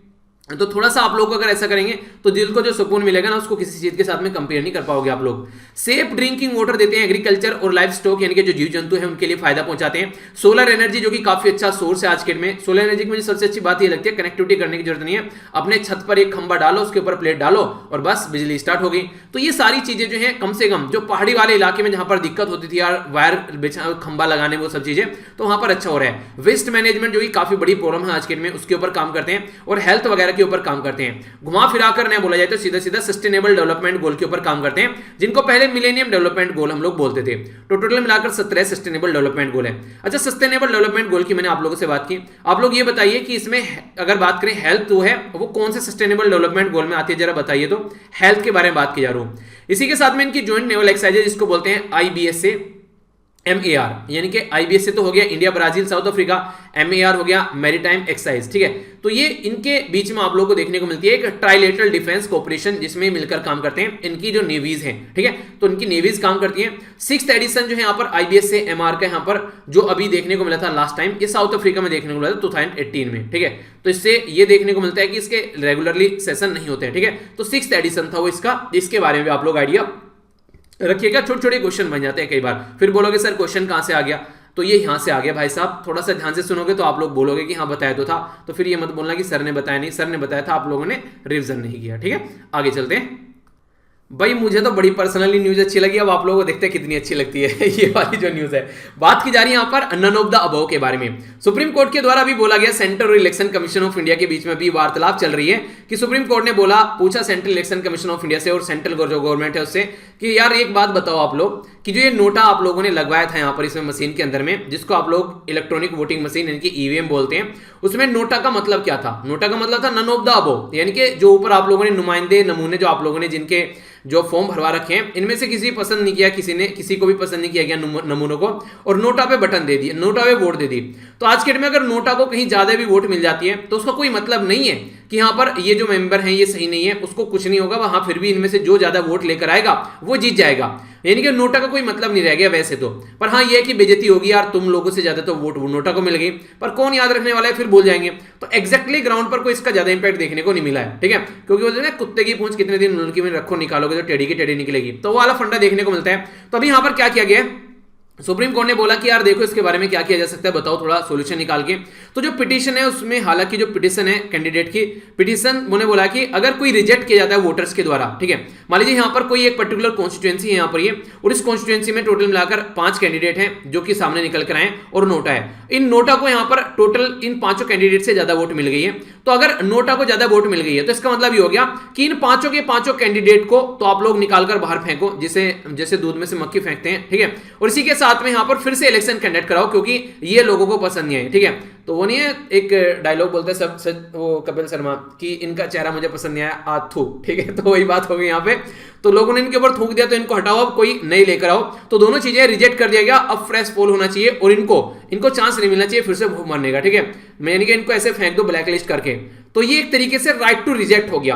अब यहाँ पर दिक्कत देखने को मिल रही है, चीफ जस्टिस ऑफ इंडिया ये बोल रहे हैं कि मान लीजिए लोग जो है किसी एरिया में चिड़े हुए हैं, ठीक है, तो वहां पर ऐसा हो सकता है कि बार बार वो रिजेक्ट करते रहेंगे। अगर कंटिन्यूअसली रिजेक्ट करते रहे तो उस एरिया में जो अफेक्ट किया जाएगा एक लेजिस्लेटिव फंक्शनिंग, उसमें दिक्कत पड़ सकती है। पर लेकिन मुझे नहीं लगता कि ये कोई मुद्दा इस तरीके से जो चीफ जस्टिस ऑफ इंडिया साहब ने जो भी यहाँ पर ये बात रखी, क्योंकि यार देखिए at the end of the day लोगों के लिए ही वो रूल और रेगुलेशन बनाने वाले हैं, और ऐसे लोग जो कि लोगों को पसंद नहीं आ रहे वो रूल और रेगुलेशन बनाए, तो उन रूल और रेगुलेशन का मतलब ही क्या रह जाएगा। तो कुछ लोग वहां पर ऐसे हैं कि ताकि चीजों को ढंग से इंप्लीमेंट कर सके। तो वोटर अगर रिजेक्ट कर रहे हैं तो ये इससे नहीं होना चाहिए। तो आप लोगों को क्या लगता है, ये सही है या फिर गलत है? पिटीशन वाले जो ये बोल रहे हैं कि पावर देनी चाहिए रिजेक्ट करने की, ताकि पॉलिटिकल पार्टी जो है आगे से किसी भी अगर कैंडिडेट को टिकट दें तो देख समझ कर टिकट दें कि हाँ भाई साहब इनको पहले कालिक पूछ चुके हैं इन लोगों के चेहरे पर, इनको टिकट नहीं देना है, और उनको अलाउ भी नहीं करना चाहिए। ये मैं नहीं बोल रहा हूं, ये कौन बोल रहा है? नोटा बोल रहे हैं। नोटा यहां पर हमारी कंट्री में कैसे आया था? नोटा ऐसे आया था कि सुप्रीम कोर्ट के द्वारा एक केस था जो कि याद रखते हैं आप लोग, इसको बोलते हैं peoples union for civil liberties, PUCL बोलते हैं basically. PUCL versus union of India का केस था 2013 का। उसमें यह बोला गया कि इलेक्शन कमीशन ऑफ इंडिया को इंट्रोड्यूस करने के लिए नोटा, ताकि लोगों को ऑप्शन मिल सके। देखिए आज के दिन मान लीजिए 5 कैंडिडेट मैंने बताए, 5 कैंडिडेट्स में से मुझे कोई भी कैंडिडेट पसंद नहीं आया, तो मैं क्या करूंगा? मैं तो यार ये करूंगा, मैं वोट डालने नहीं जाऊंगा। मैंने कहा यार मुझे पसंद नहीं आ रहा है, मैं वोट डालने नहीं जाता, तो मेरा वोट जो राइट टू वोट है वो मैं यूज नहीं कर पाया। पर लेकिन अगर नोटा का बटन है तो राइट टू वोट मैं यूज कर लूंगा अपना, हाँ फिर भी किसी को वोट नहीं दूंगा, यानी कि नोटा को दबा कर आ जाऊंगा, ठीक है। तो नोटा जो है वो ओनली एक तरीके से सिंबॉलिक वैल्यू था अब तक। तो इलेक्शन कमीशन ऑफ इंडिया को डायरेक्ट किया जा रहा है ताकि इसमें अगर कोई कैंडिडेट इस तरीके से कुछ चीजें होती हैं तो उसमें कोई जीत कर अगर नोटा ज्यादा आता है तो फिर से वहां पर उसको कुछ इंप्लीमेंटेशन होना चाहिए। हालांकि इससे देखिए खर्चा तो आएगा, पर लेकिन जो पॉलिटिकल पार्टी है उनको थोड़ी सी इससे समझ मिलेगी। अगर पॉलिटिकल पार्टी अपने आप ही सुधर जाए तो दिक्कत ही नहीं है, पर लेकिन वो सुधरे क्यों? क्योंकि हम लोग सुधारने के मूड में नहीं है। वो जैसे भी कैंडिडेट को लेकर आती है, भले कितने क्रिमिनल चार्ज के केस उसके ऊपर लगे हो, हम लोग उनको इग्नोर कर देते हैं चार्जेस को। चाहे कोई भी पॉलिटिकल पार्टी हो, अगर उठाकर देखो इंडिया के अंदर, मुझे लगता है कोई भी पॉलिटिकल पार्टी आप लोगों को दूध की धुली मिलेगी। किसी का भी नाम अगर लेकर देख लो आप लोग, ठीक है, जो नई नई बनी है, इवन आम आदमी पार्टी भी जाकर देखोगे ना, दुनिया भर के क्रिमिनल चार्ज के लोग आप लोगों को मिलेंगे। तो ये कंडीशन देखने को मिलती है। तो नोटा जो है यहाँ पर ये जो नंबर कैंडिडेट पोलिंग और मोस्ट जो वोटेड जो है यहाँ पर जो इलेक्ट करके आ रहे हैं, तो उसके चलते फिर भी कोई दिक्कत नहीं पड़ती है, तो इसको इंप्लीमेंट करना चाहिए। तो एनकरेज करेगा पॉलिटिकल पार्टी को कि सही इंसान को टिकट दें, ऐसा ना करें कि आंख बंद कर बिल्कुल ऐसे किसी को भी टिकट बांट रहे हैं, बस हाँ उसको देख रहे हैं फेमस है बहुत ज्यादा है, तो वो नहीं होना चाहिए। ठीक है, आप लोग की क्या राय है, क्या ऐसा होना चाहिए या फिर नहीं, तो अपनी राय बताइएगा विद रीजन भी देना थोड़ा सा अगर दे सको तो, वरना ये राय तो जरूर बताइएगा। ठीक है, ये न्यूज भी मुझे बड़ी प्यारी लगी पर्सनली। बात की जा रही है यहाँ पर हमारी कंट्री में एनसीसी के बारे में। सबसे पहले तो इसके एक्ट के बारे में आप लोग याद रखिए। एनसीसी का जो एक्ट है यहाँ पर ये है नेशनल कैडेट कॉर्प्स एक्ट है हमारी कंट्री में 1948 यानी कि 1948 का। इनके देश आजाद होते ही एनसीसी जो थी वो पावर में आ गई, एनसीसी जो थी वो पिक्चर में आ गई। तो अभी क्या कंडीशन है, कंडीशन यहां पर यह है कि केरला हाईकोर्ट के द्वारा सेंट्रल गवर्नमेंट को बोला गया यार तुम लोगों ने ये एक्ट तो बना के रख रखा है। हमारी कंट्री में एक जजमेंट भी आया था अभी जिसमें ट्रांसजेंडर कम्युनिटी को हम लोगों ने राइट देने की बात की गई, तो फिर नेशनल कैडेट कॉर्प्स में ट्रांसजेंडर कम्युनिटी क्यों नहीं आ सकते हैं। तो इसके चलते एक पिटीशन आई यहां पर फाइल की गई थी एक स्टूडेंट के द्वारा कि उसको यहां पर एक्सक्लूड कर दिया गया था एनसीसी यूनिट से क्योंकि वो ट्रांसजेंडर कम्युनिटी से बिलोंग करता है। तो इसके चलते वो हाईकोर्ट में पहुंचा, तो उसी के चलते यहां पर हाईकोर्ट ने बोला सेंटर को कि आखिर ये बदतमीजी क्यों चल रही है, जबकि केस ऑलरेडी यहां पर सुप्रीम कोर्ट के द्वारा क्लियर कर दिया गया कि ट्रांसजेंडर नेचुरली है, उनमें कोई दिक्कत नहीं होनी चाहिए। तो पिटीशन जो है वो यहां पर चैलेंज कर रही है सेक्शन 6 एनसीसी एक्ट 1948 यानी कि 1948 का, कि यहां पर जिसमें ओनली मेल और फीमेल लिखा हुआ है तो यहां पर टी यानी कि ट्रांसजेंडर भी लिखा होना चाहिए, ये बोला जा रहा है। तो एनसीसी जो है यहां पर ये उसके अंदर कोई ऐसा प्रोविजन ही नहीं है, सेंटर ये बोल रहा है। तो यार यही तो बोल रहा है केरला हाईकोर्ट भी कि प्रोविजन नहीं है तो प्रोविजन लेकर आओ, वो थोड़े ना आपको गुणगान करने के लिए बोल रहे हैं। ये तो बात बोली जा रही है कि जो चीज नहीं है उसको करो। तो केरला के अंदर अगर बात करें, Kerala was the one of the first state in the country जिसके द्वारा इंप्लीमेंट की गई ट्रांसजेंडर के वेलफेयर की पॉलिसी 2015 में। केरला में कई सारे लोग आप लोगों को ट्रांसजेंडर यानी कि किन्नर जो है, जिनको हिजरा भी आप लोग कई बार बोलते हैं, कई सारे एरिया में काम करते हुए नजर आएंगे। और ये कब से स्टार्ट हुआ था, ये स्टार्ट हुआ था सुप्रीम कोर्ट के द्वारा। तो सुप्रीम कोर्ट ने जैसे जजमेंट दिया था, ये केस काफी इंपॉर्टेंट है, इसको बोलते हैं नालसा यानी कि national legal service authority versus union of India, यानी कि 2014 का केस था। जब यहां पर ये केस पहुंचा तो तुरंत 2015 में केरला ने एक्शन लिया। इसीलिए केरला मुझे काफी अच्छा लगता है चीजों को इंप्लीमेंट करने के मामले में। तो यहां पर जो आर्टिकल 14, आर्टिकल 15 और आर्टिकल 16 है यहां पर ये इनको बेसिकली बोला गया कि आप लोग फॉलो करो ढंग से और ट्रांसजेंडर को थर्ड जेंडर बनाओ। ठीक है, आप लोगों के लिए क्वेश्चन है, इनके बारे में थोड़ा सा जाकर पढ़िएगा। पॉलिटी में बड़ा चीख कर चिल्लाकर अलग अलग लेक्चर बना रखे कई सारे आर्टिकल पर, उनको जाकर पढ़िएगा ताकि पॉलिटी में आप लोगों का रिवीजन भी हो सके। तो ये 3 आर्टिकल तो ये हो गए, होमवर्क है आप लोगों का। इसी के साथ में आर्टिकल यहां पर 19 और 21, तो ये सारे आर्टिकल आप लोगों को देखने हैं इसमें क्या क्या दे रखा है, और ये वो आर्टिकल है जो बहुत ज्यादा न्यूज में रहते हैं। ठीक है, तो यहां पर ये बोला गया कि इनके अंदर जो भी प्रोविजन है मेल और फीमेल से रिलेटेड, उनमें वहां पर ट्रांसजेंडर को भी इंक्लूड करके चलो आप लोग। तो यहां पर जो एनसीसी एक्ट है 1948 का, वो यहां पर ये बोल रहा है कि आप लोग इनको एक्सक्लूड नहीं कर सकते हैं। बेसिकली जो ट्रांसजेंडर को आप लोग एक्सक्लूड करके चल रहे हैं, तो यहां पर इस एक्ट के अंदर चेंज लेकर आओ। तो ये केस यहां पर ये बोल रहा है, तो इसके अंदर चेंज करो। ट्रांसजेंडर जो है यहां पर आज के में उनके जो राइट है आर्टिकल 14, आर्टिकल 15, आर्टिकल 19, आर्टिकल 21 के तहत यहां पर उनको आज के में इक्वल राइट नहीं मिल पा रहे हैं। आप लोग मेल है फीमेल है, आप लोग सेल्फ डिक्लेयर कर लेते हैं, ये भी सेल्फ डिक्लेयर कर रहे हैं क्योंकि ट्रांसजेंडर कम्युनिटी है, तो इसके चलते इनको कम से कम हक तो मिले इनका, जो कि कई जगह मिल रहा है। अगर आज के डेट में आप लोग जो कोई फॉर्म भरने जा रहे हैं दूसरे से, यूपीएससी का फॉर्म आप लोगों ने भर दिया होगा, तो उसमें भी आप लोगों को देखने को मिलेगी सारे ऑप्शन। तो सेक्शन 6 जो है यहाँ पर एनसीसी यहाँ पर 1948 उसके बारे में बात की जा रही है। तो यहाँ पर बोला गया कि 6 मंथ दिए गए इसमें चेंज करने के लिए, ताकि इक्वल अपॉर्चुनिटी प्रोवाइड करा जा सके। तो 6 महीने के अंदर अंदर इसके अंदर चेंज होना चाहिए। यस या फिर नो, आपको क्या लगता है, होना चाहिए या फिर नहीं? आप लोग भी बताइए इसके बारे में कि क्या लगता है कि उनकी क्या गलती है, वो ट्रांसजेंडर है अगर। ठीक है, कोई भी हो सकता है, आप और मैं भी हो सकते थे इसमें से, पर लेकिन एक अलग बात है, देखिए नेचुरली है, उसमें हमारी कोई गलती नहीं है। ठीक है, तो उसमें क्यों इस तरीके से एक्सक्लूड किया जाता है, तो ये गलत है, इसको सुधारना चाहिए। नेक्स्ट न्यूज की ओर चलते हैं। ये राज्य के बारे में बात करिए, और ये जो न्यूज है बात की जा रही है मुल्ला पेरियार डैम के बारे में। मुल्ला पेरियार डैम एक सुपरवाइजरी इसकी कमेटी थी। तो यहां पर अभी ये बोला जा रहा है कि ये नहीं कमेटी जो है वो निठल्ली हो चुकी है, इसको जैसे काम करना था वो कैसे काम नहीं किया जा रहा है। सुप्रीम कोर्ट के द्वारा ऑर्डर दिया गया मुल्ला पेरियार डैम सुपरवाइजरी कमेटी को कि डायरेक्शन इशू करे कि डैम की सेफ्टी को कैसे लेकर चलना है। एक तो सबसे बड़ी बात यह कि डैम काफी बूढ़ा हो चुका है, मैंने दिखाया था ना अभी कितना सारा पुराना डैम हो चुका है। ठीक है, तो उसके चलते 123 साल पुराना जो डैम है उसको कैसे आप लोग लेकर चल रहे हैं, उसकी सेफ्टी के बारे में क्या कर रहे हैं। 2014 में यहां पर कई सारे इशू निकल कर आए थे मुल्ला पेरियार डैम से रिलेटेड। एक तो केरला और तमिलनाडु के बीच में रस्साकसी चलती रहती है इसके डैम को लेकर। ठीक है, अगर बात करें यहाँ पर ये जो रिवर है यहाँ पर ये आप लोगों को देखने को मिलेगी, जिस रिवर के ऊपर उसको बनाया गया है। 2 रिवर का नाम आप लोग याद रखिएगा, एक तो मुल्ला और पेरियार, 2 रिवर है यहाँ पर अलग अलग, जिनको मुल्ला पेरियार डैम इसका नाम से निकल के आता है रिवर के नाम से। ओके, तो पिटीशन जो गई यहाँ पर एक रेजिडेंस के द्वारा यहाँ पर पिटीशन डाली गई जो केरला के थे उनके द्वारा कि मुल्ला पेरियार जो डैम है यहाँ पर उसका जो एज उसका हाइट उसकी है आज के डेट में 123 फीट है, जबकि उसकी जो एज है वो इतनी बूढ़ी हो चुकी है कि उसको झेलेगा नहीं। मॉनसून जैसे आएगा तो दिक्कत हो सकती है, बहुत सारे लोग ही जान जा सकती है। पर लेकिन जो यहाँ पर काम करने वाली एडवाइजरी जो कमेटी है वो ठंडे बस्ते में लेटी हुई है, बिल्कुल सुस्त तरीके से अपनी लाइफ को एंजॉय कर रही है, खुद काम नहीं कर रही है, उनके नीचे जो लोग हैं उन पे भी ढंग से काम नहीं करा रही है, उनके ऊपर भार छोड़ रखा है। तो वही हो गया ना, जब तक घर में अगर पापा का ठंडा नहीं चलेगा तो फैमिली ढंग से नहीं रहेगी।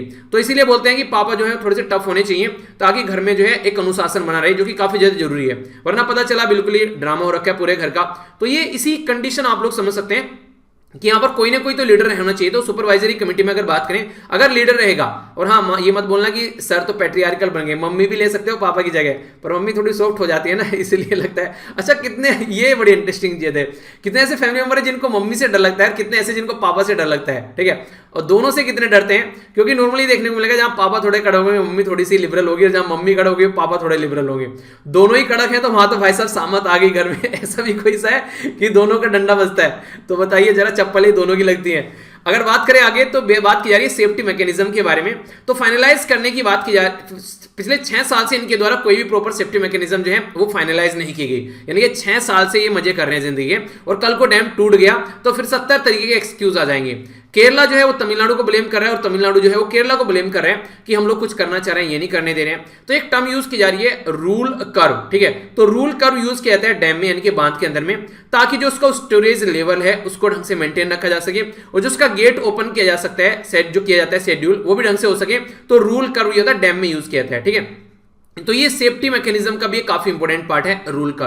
अगर बात की जाए तमिलनाडु बोल रहा है कि ये इसको क्लैरिफाई नहीं कर रहा है केरला, और केरला ये बोला है कि तमिलनाडु पुराना पैटर्न फॉलो करके चल रहा है तो उनको दिक्कत हो रही है। तो दोनों फालतू में लड़ रहे हैं, ऐसा देख सकते हैं आप लोग, यहाँ पर सोल्यूशन नहीं निकाला जा रहा है। तो यहाँ पर मुल्ला रिवर है और दूसरी पेरियार रिवर है, ठीक है। तो इनको दोनों को मिलाकर मुल्ला पेरियार बनाया गया, जो कि इदुक्की डिस्ट्रिक्ट है केरला के अंदर आप लोग को देखने को मिलेगा। तो इसके चलते यहाँ पर जो पेरियार रिवर है ये बेसिकली यहाँ पर लॉन्गेस्ट रिवर है केरला के अंदर। अगर बात करें लगभग 244 किलोमीटर की है, ठीक है। इसको लाइफ लाइन ऑफ केरला के नाम से भी जाना जाता है। और एक यहाँ पर पेरेनियल रिवर है। पेरेनियल रिवर कैसी रहती है, वो रिवर जब मानसून आती है तो बहना स्टार्ट हो जाती है, क्योंकि देखिए अगर ऊपर आप लोग नॉर्थ इंडिया में जाएंगे तो जैसे गंगा हो गई, ये रिवर हो गई यमुना, ये एवरग्रीन रिवर है। मतलब क्या हो गया, मतलब ये हो गया कि एक तरीके से वो नहीं था कि पानी आता रहता है वहां से ग्लेशियर से पिघल पिघल के, और तो ये चलती रहती है, ठीक है। पर लेकिन यहाँ पर जब मानसून आएगा साउथ इंडिया में तो ही ये रिवर बहेंगी, तो इसलिए यहाँ पर इनको पेरेनियल रिवर के नाम से भी जानते हैं। ज्योग्राफी में टर्म पढ़ी होगी आप लोगों ने हालांकि। चलिए कोई नहीं, आगे बढ़ते हैं। नेक्स्ट यहाँ पर बात करें इंडियन आर्किटेक्चर के बारे में, तो ये जो न्यूज निकल कर आ रही है यह सरदार वल्लभ भाई पटेल जी से रिलेटेड है। स्टैचू ऑफ यूनिटी के बारे में आप लोगों ने सुना होगा, दुनिया की सबसे ऊंची ये स्टैचू है जो हमारी कंट्री बनाएगी। स्टैचू ऑफ यूनिटी यहाँ पर केवड़िया गुजरात के अंदर नर्मदा डिस्ट्रिक्ट में आप लोग को देखने को मिलेगी, जो कि यहाँ पर यह बोला गया कि 50 लाख के करीब विजिटर जो है वो यहाँ पर विजिट कर चुके हैं। आखिर यहाँ पर इसी के बारे में इतना बढ़ा चढ़ाकर क्यों बताया जा रहा है, क्योंकि जब यहाँ पर ये यूनिटी स्टैचू यूनिटी बनाई गई थी तो उस टाइम पर सब लोग ये बोल रहे थे कि यार फालतू में इतने सारे पैसे खर्च कर दिए और यहाँ पर इस पैसे को कहीं और भी यूज किया जा सकता था। तो गवर्नमेंट ये क्लैरिफाई करने की कोशिश कर रही है कि देखो हम लोगों ने फालतू में नहीं बनाई, ये बहुत ज्यादा टूरिज्म का काम कर रही है, तो उसको पैसिफाई करने की कोशिश यहाँ पर की जा रही है, इसलिए ये न्यूज में है। पर लेकिन न्यूज में है तो आप लोगों के लिए एग्जाम के लिए क्या बन सकता है क्वेश्चन, वो देख लेते हैं। फर्स्ट जो यहाँ पर सी प्लेन सर्विस यहाँ पर स्टार्ट की गई, जो पानी के अंदर जहाज चलाए जाते हैं, तो गुजरात के अंदर स्टार्ट किया गया इसको 31 अक्टूबर 2020 में, ठीक है। यानी कि जो 31 तारीख है, इस दिन हम लोग यहाँ पर नेशनल यूनिटी डे सेलिब्रेट करते हैं। वो क्यों करते हैं, क्योंकि पूरी कंट्री को यूनाइट करने वाले यार ये लोहपुर से हमारी कंट्री के, इनको बिस्मार्क ऑफ इंडिया के नाम से भी जानते हैं। वो क्यों, क्योंकि बिस्मार्क के द्वारा जर्मनी को यूनाइट किया गया था, तो यहाँ पर इनको उसके नाम से जाना जाता है क्योंकि इन्होंने इंडिया को यूनाइट किया, ठीक है। तो यहाँ पर अगर बात करें साबरमती जो रिवर फ्रंट है अहमदाबाद के अंदर, तो यहाँ पर ये statue of unity in Kevadia में देखने को मिलेगी, जो कि यहाँ पर सरदार वल्लभ भाई पटेल जी से रिलेटेड है। अगर बात की जाए यहाँ पर तो 560 के करीब यहाँ पर ये उससे ज्यादा है जो प्रिंसली स्टेट थे, उनको इकट्ठा करके एक माला में पिरोया गया इनके द्वारा, और पूरी कंट्री जो थी वो हमारी एक शानदार माला बन गई, जिसमें आज के दिन में 28 स्टेट और 8 यूनियन टेरिटरी आप लोगों को देखने को मिलती है।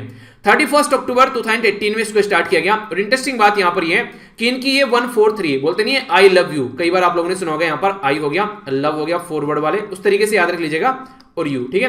तो ये यहाँ पर 143 ये बेसिकली बर्थ एनिवर्सरी थी सरदार पटेल साहब की, जिस पर यहां पर इसको ये इनोग्रेट किया गया। तो ये बड़ा प्यारा क्वेश्चन आप लोगों से बन सकता है। अच्छा एक और प्यारा सा क्वेश्चन आप लोग बता दीजिए, अब की बार आप लोगों ने देखा होगा यहाँ पर सुभाष चंद्र बोस जी की बर्थ एनिवर्सरी सेलिब्रेट की गई, ठीक है, तो 125वीं बर्थ एनिवर्सरी सेलिब्रेट की गई। आप लोगों को ये बताना है कि 125वीं जो बर्थ एनिवर्सरी सेलिब्रेट की गई ये यहाँ पर किस नाम से पुकारी गई, इसको नाम दिया गया अभी एक, वो नाम आप लोगों को बताना है। बड़ा ही प्यारा क्वेश्चन बन जाएगा, फिर बोलोगे कहां से आ गया, सर ने बताया नहीं। सर ने बताया था, आप लोगों ने ध्यान से सुना नहीं या फिर रिवीजन नहीं किया, तो इसलिए जरूर सुनिए, ठीक है। तो स्टेच्यू ऑफ यूनिटी जो है यहाँ पर ये टोलेस्ट है वर्ल्ड में, ये मैंने आप लोगों को बता दिया, 182 मीटर की है यहाँ पर, और इसी के साथ में यहाँ पर 23 मीटर टोल है, किससे, चाइना की जो स्प्रिंग टेंपल बुद्धा है उससे, यानी कि यहां पर जो चाइना में है दूसरे नंबर पर स्प्रिंग टेंपल बुद्धा, उससे 23 मीटर ये ज्यादा ऊंची है, तो इससे आप लोग अंदाजा लगा सकते हैं। स्टेच्यू ऑफ जो लिबर्टी है यहां पर, ये आप लोग को देखने को मिलेगा 93 मीटर की है, ये यूएसए के अंदर है, जो कि तीसरी जो हाईएस्ट आप लोगों को देख, यानी कि उसके डबल बताया गया है, ठीक है, ऑलमोस्ट डबल, ठीक है, 9 दूनी 18 हो गया, तो लगभग डबल आप लोगों को देखने को मिलेगा। इसी को भी इंक्लूड किया गया था यहाँ पर 8 जो वंडर है, 8 जो वंडर है उसमें संघाई कॉर्पोरेशन ऑर्गेनाइजेशन की जो लिस्ट है उसमें यहाँ पर जनवरी 2020 में इसको इंक्लूड किया गया, तो ये इंपॉर्टेंट है, याद रखिएगा। अब कुछ फैक्ट और फिगर इसके बारे में आप लोगों को बताता हूं, जो कि यहाँ पर स्टेच्यू के बारे में, ये यहाँ पर साधु बेट आइलैंड है, ये आइलैंड है साधु बेट आइलैंड, जहां पर नर्मदा रिवर के किनारे ये स्टेच्यू बनाई गई है।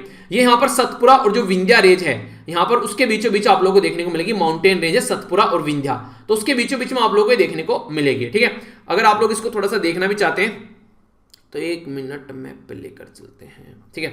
ये हो गई यहाँ पर सतपुरा रेंज, ठीक है, और ये हो गई विंध्या रेंज, तो इसके बीच में आप लोगों को देखने को मिलेगी यहाँ पर ये 2 रिवर का नाम है, ठीक है, एक है नर्मदा और दूसरी है तापी, ठीक है। आप लोग ये बताना है कौन सी रिवर है, ये क्वेश्चन आप लोगों के लिए, यानी कि ऊपर वाली नर्मदा है नीचे वाली नर्मदा है ये जो नर्मदा है यहाँ पर बेसिकली आप लोग देखते हैं, नर्मदा बेसिकली इसके बीचों बीच में है, ठीक है, तापी तो इसके बीच में नहीं है, तापी तो नीचे है, तो इसलिए यहाँ पर सतपुरा रेंज के जस्ट नीचे जो है ये रीजन है तापी, और जो ऊपर है ये है नर्मदा, तो विंध्या और सतपुरा रेंज के बीच में जो रिवर है उसका नाम है नर्मदा रिवर, ठीक है।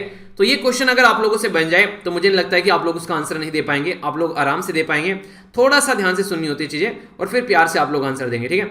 तो ये इसीलिए मैंने आप लोगों को दिखा भी दिया मैप पे, अब कंफ्यूजन नहीं होना चाहिए, ओके।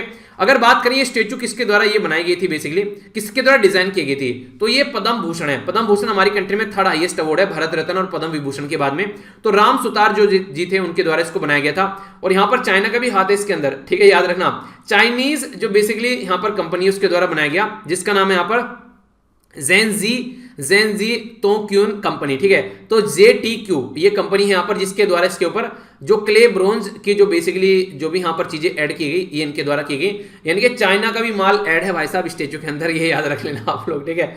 तो यहां पर अगर बात करें सरदार वल्लभ भाई पटेल जी के बारे में, आयरन मैन ऑफ इंडिया के नाम से जानते हैं, फर्स्ट होम मिनिस्टर और डिप्टी प्राइम मिनिस्टर का खिताब भी इनको मिला हुआ है। कई सारे लोग ये भी बोलते हैं कि ये प्राइम मिनिस्टर बनने चाहिए थे, पर लेकिन सिचुएशन कुछ अलग बन गई, तो जो भी है आयरन मैन ऑफ इंडिया के नाम से इनको जाना जाता है। इसी के साथ में यहाँ पर ये बात की जा रही है यहाँ पर patron saint of Indian civil service, यानी कि father of Indian civil service अगर आप लोगों से कोई पूछे तो कौन है, सरदार वल्लभ भाई पटेल जी हैं। तो ये भी इनके बारे में कुछ बेसिक इंफॉर्मेशन हो गई। आगे चलता हूं, इकोनॉमी के बारे में यहाँ पर ये न्यूज है, और ये भी इंटरेस्टिंग न्यूज आप लोग बोल सकते हैं। होलसेल प्राइस इंडेक्स के बारे में बात की जा रही है। आप लोगों ने देखा होगा कि आप लोग मान लीजिए, चलिए एक उदाहरण आप लोगों को देता हूँ, हम लोग जब भी अपने मामा जी के यहाँ पर जाया करते थे तो वहां पर ऐसा होता था, देखिए ऐसे एक तो ऐसा होता है कि मार्केट में जाओ 1-2 किलो आप लोग वहां से जाकर जो खरबूजा वगैरह खा लो, ठीक है, पर लेकिन उनके जो मेरे मामा जी का जो बेसिकली एरिया है वो वहां पर ऐसा है कि वहां पर उसके पास में नदी गई हुई है, तो नदियों पे ये खरबूजे और तरबूजे काफी ज्यादा लगाए जाते हैं, तो वहां पर एक एक खरबूजा तरबूजा न खरीद कर वहां पर पूरी टोकरी खरीद ली जाती है, ठीक है, कि पूरी टोकरी का भाव बता दो, तो काफी सस्ता भी रहता था उस टाइम पर। अब तो बहुत पुराने दिन हो गए, अब तो नहीं चीजें देखने को मिलती है, अब तो मामा जी शिफ्ट होकर वहां सिटी में रहने लगे जाकर, वो अलग बात है। तो कंडीशन क्या है, कंडीशन यहाँ पर ये होगी कि उस टाइम पर अगर आप लोग उसको कंपेयर करोगे तो होलसेल यानी कि पूरी की पूरी टोकरी खरीद ली, ना कि ओनली एक खरबूजा खरीदा। वैसे जाएंगे तो मार्केट से 1-2 खरबूजा खरीद कर लेकर आएंगे, तो होलसेल हो गया पूरा, ठीक है, यानी कि पूरी की पूरी टोकरी दे दी, तो उसको कहते हैं होलसेल प्राइस, मतलब एक इकट्ठा बल्क में सामान खरीदना। तो यहां पर अभी जो बात की जा रही है, ऑफिस ऑफ इकोनॉमिक एडवाइजर जो है department of promotion of industry and international trade के बारे में बात करें तो होलसेल प्राइस जो इंडेक्स है उसके बारे में बात की जा रही है। तो ये अभी यहां पर मंथ ऑफ फरवरी में अभी यहां पर ये रिलीज किया गया, तो इसमें ये बोला गया कि होलसेल प्राइस इंडेक्स जो इन्फ्लेशन है, बेसिकली इन्फ्लेशन के बारे में बात की जा रही है। इन्फ्लेशन होता है महंगाई, यानी कि अगर आज के डेट में आप लोग कोई सामान जो है वो आप लोग 2 रुपए खरीद रहे हैं, ठीक है, तो 2 रुपए की वैल्यू कम हो गई है। अब वो सामान जो है, सामान उतना ही रहेगा, वो सामान आप लोगों को 2-2.5 रुपए का मिलेगा, यानी कि 50 पैसे महंगा हो गया ये सामान। यानी कि सामान तो वही है, पहले भी उतना ही मिल रहा था, अब भी उतना ही मिल रहा है, पर लेकिन अब उसकी कीमत बढ़ गई है। तो इसका मतलब क्या है, पैसे की कीमत कम हो गई है। ऐसा आप लोग, उन्हें कहते हैं साधारण शब्दों में, उन्हें कहते हैं साधारण भाषा में, ज्यादा टेक्नोलॉजी नहीं लगानी है, सीधी सीधी बात है भाई साहब। इन्फ्लेशन का मतलब ये है कि पैसे की वैल्यू कम हो गई है, ठीक है, ऐसा आप लोग बोल सकते हैं। तो यहां पर कंसेक्यूटिव अभी देखने को मिला 4.717 पर यहां पर पहुंचा, और हाईएस्ट बोला जा रहा है 2018 नवंबर से ये, जो कि यहां पर अभी 4.47 आप लोगों के सामने यहां पर देखने को मिल रहा था उस टाइम पर, ठीक है। होलसेल प्राइस इंडेक्स जो है यहां पर 2.03 था जनवरी 2021 के अंदर में, 2.26 है यहां पर फरवरी में अभी यहां पर। एक तरीके से, यानी कि एक तरीके से ये बात की जा रही है, चीजें जो है बढ़ती नजर आ रही है एज कंपेयर टू जनवरी और फरवरी के बीच में कंपेयर किया जा रहा है। पर लेकिन अभी हम जो यहां पर जो बैठ रहे हैं, हम लोग यहां पर मार्च में जाकर बैठ रहे हैं, तो चीजें और ज्यादा बढ़ रही है, तो इंक्रीज हो रहा है इन्फ्लेशन। ये वैल्यू रटने वाली नहीं है, याद करने वाले नहीं है, आप लोगों को बेसिकली कॉन्सेप्ट समझना है। एग्जाम में कॉन्सेप्ट काम आने वाले हैं। सबसे अच्छी जो चीज मुझे खासकर अगर यूपीएससी के बारे में बात करूं वो लगती है कि आप लोगों को फैक्ट बहुत कम भी याद होगे ना, तब भी पेपर को आप लोगों ने दे मार दोगे। उन्हें कहते हैं कि पटक पटक कर पीटोगे पेपर को, अगर कॉन्सेप्ट क्लियर है। तो इन्फ्लेशन जो है यहाँ पर ये बेसिकली देखने को मिलेगा कि फूड, क्लोथिंग, हाउसिंग, इसी के साथ में जो रिक्रिएशन, ट्रांसपोर्ट, जो एक तरीके से कंज्यूमर, और इसी के साथ में जो स्टेबल कंज्यूमर स्टेबल जो चीजें होती हैं उसके बारे में बात की जाती है। यानी कि नॉर्मल चीजें जो हम लोग खान पीने में यूज करते हैं उसमें बेसिकली आप लोगों को चेक करने का काम करता है ये। इन्फ्लेशन जो है वो मेजर किया जाता है जो कमोडिटी बास्केट के अंदर जो कमोडिटी होती है, ठीक है, तो सर्विस ओवर द टाइम जो दी जाती है उसके अंदर ये काउंट किया जाता है। इन्फ्लेशन जो है अगर डिक्रीज होता है तो परचेजिंग पावर जो है यहाँ पर बेसिकली जो इंडिकेट करता है कि जो डिक्रीज हो गया, देखिए बात की जा रही है कि decrease in the purchasing power of the unit currency, यानी कि मैंने बोलता है ना करेंसी की वैल्यू डिक्रीज हो जाती है। तो वही टेक्निकल वर्ड में लिख रखा है कि आप लोग पहले जो चीज 2 रुपए में खरीद लेते हैं वो चीज आप लोगों को 2.5 रुपए में मिलेगी, अब ऐसा आप लोग बोल सकते हैं। तो ग्रोथ नहीं था, यहाँ पर डिसेलरेशन आ गया, यानी कि एक्सेलरेशन बोलते हैं बढ़ावा, तो यहाँ पर डिसेलरेशन आ गया, यहाँ पर इकोनॉमी के अंदर चीजें कम हो रही है। पर लेकिन अगर मॉडरेट लेवल का इन्फ्लेशन हो तो इकोनॉमी के लिए अच्छा होता है यहाँ पर। ये वो कैसे आप लोग समझिए, मान लीजिए मार्केट में आज के डेट में मैंने कोई एक किताब लाई और वो किताब लेके आया मैं मार्केट में, वो किताब जो है मार्केट में धड़ल्ले से बिक रही है, सब लोग उसको खरीद रहे हैं, ठीक है। तो वो जो किताब है यहाँ पर अगर उसका प्राइस जो है वो उतना ही रखा जाए, ठीक है, पर लेकिन ऐसा हुआ कि कई बार दुकानदार के पास में गए, दुकानदार वाले ने बोला एक ही पीस बचा हुआ है, ठीक है, वैसे तो इसका प्राइस जो है वो 100 रुपए है, पर लेकिन एक ही पीस बचा हुआ है तो मैं तुमको 150 रुपए में दूंगा, ठीक है। तो इसका मतलब क्या, मार्केट में डिमांड बढ़ गई है जिसकी वजह से यहाँ पर ये किताब थोड़ी महंगी बिकने लगी। अब अगर ये किताब जो है मार्केट में फिर से बनाकर लाई जाएगी तो अब ज्यादा प्रोडक्शन बढ़ाना पड़ेगा, ज्यादा लोगों को जॉब मिलेगी, अब ज्यादा लोग काम करेंगे, यहाँ पर ज्यादा लोगों के घर में सैलरी जाएगी, तो इससे क्या होगा कि अब और ज्यादा किताब यहाँ पर ये छपनी स्टार्ट हो जाएंगी, तो इससे और ज्यादा लोगों तक ये चीजें पहुंचेंगी। तो ये एक तरीके से इंप्लॉयमेंट जनरेशन का भी काम करता है अगर इन्फ्लेशन जो है वो मॉडरेट लेवल पर रहता है, ठीक है। तो ऐसा आप लोग समझिएगा, ओके। कॉन्सेप्ट में कोई कंफ्यूजन नहीं होना चाहिए। होलसेल प्राइस इंडेक्स नॉर्मली 2 तरीके से नापा जाता है, होलसेल प्राइस इंडेक्स और कंज्यूमर प्राइस इंडेक्स। 2 तरीके से जाता है। होलसेल प्राइस इंडेक्स मतलब पूरा सामान का नाप ले, यहाँ पर जो गुड्स सोल्ड किए जाते हैं, ठीक है, बल्क में होलसेल बिजनेस किया जाता है। तो ये कौन नापता है यहाँ पर, ये ऑफिस ऑफ इकोनॉमिक एडवाइजर के द्वारा प्रस्तुत किया जाता है, जो कि ministry of commerce and industry के अंडर में आता है।